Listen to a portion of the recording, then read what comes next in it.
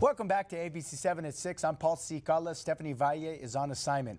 Roughly 29 million Americans live with an alcohol use disorder, sometimes called alcoholism. This widespread substance use challenge can have serious impacts on many of the population. And ABC 7's mental health correspondent Avery Martinez joins us live now to tell us more about someone working to treat AUD in the borderland. Avery?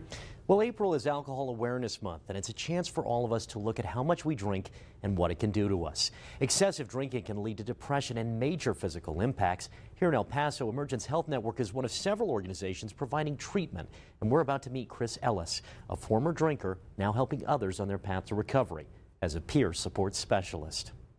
Which means I do have lived experience, that I am okay with sharing in mental health realms and or substance use realms. But I'm a retired professional from alcohol use, so these things are very dear to me. Which is why Chris works in this field. I can understand exactly what the client is going through. Chris tells me that he began drinking very young. His later work as a musician led to a lot of drinking, drugs, and smoking. This mental health stuff is very important to me. My role is we have to protect the clients. We have to make sure that their safety and things come first. Throughout his life, people tried to help him. His drinking affected his friends, his marriage, and ultimately his divorce. I have struggled. I think I've done a good job of trying to dig myself out of that. So that's immediately what I want to do for our clients. Even as his loved ones tried to help, it took being put in a multi-day care facility to realize his struggles. I was involuntarily taken to this facility over here, which, looking back, is one of the greatest moments of my life. He's been sober for years now,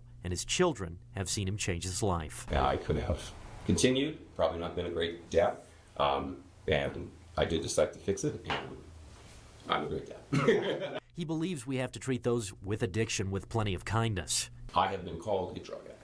I have been called an alcoholic. I have called myself those things. And what it did for me is you start to identify with that as part of your personality. And he says that's defeating before you even start.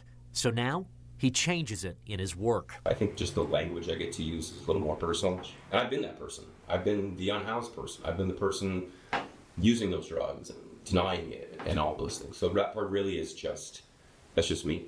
And the more real the conversation, the better the outcome. Because it's no different than a physical ailment in the way that I see it. It's just talking and having conversations, but open, honest, non-judgmental conversations.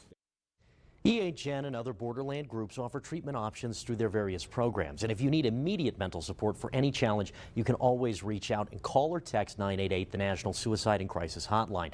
There are also support options on the Substance Use and Mental Health Services website, which you can find on kvia.com. I'm Avery Martinez for ABC 7. Thank you, Avery. And now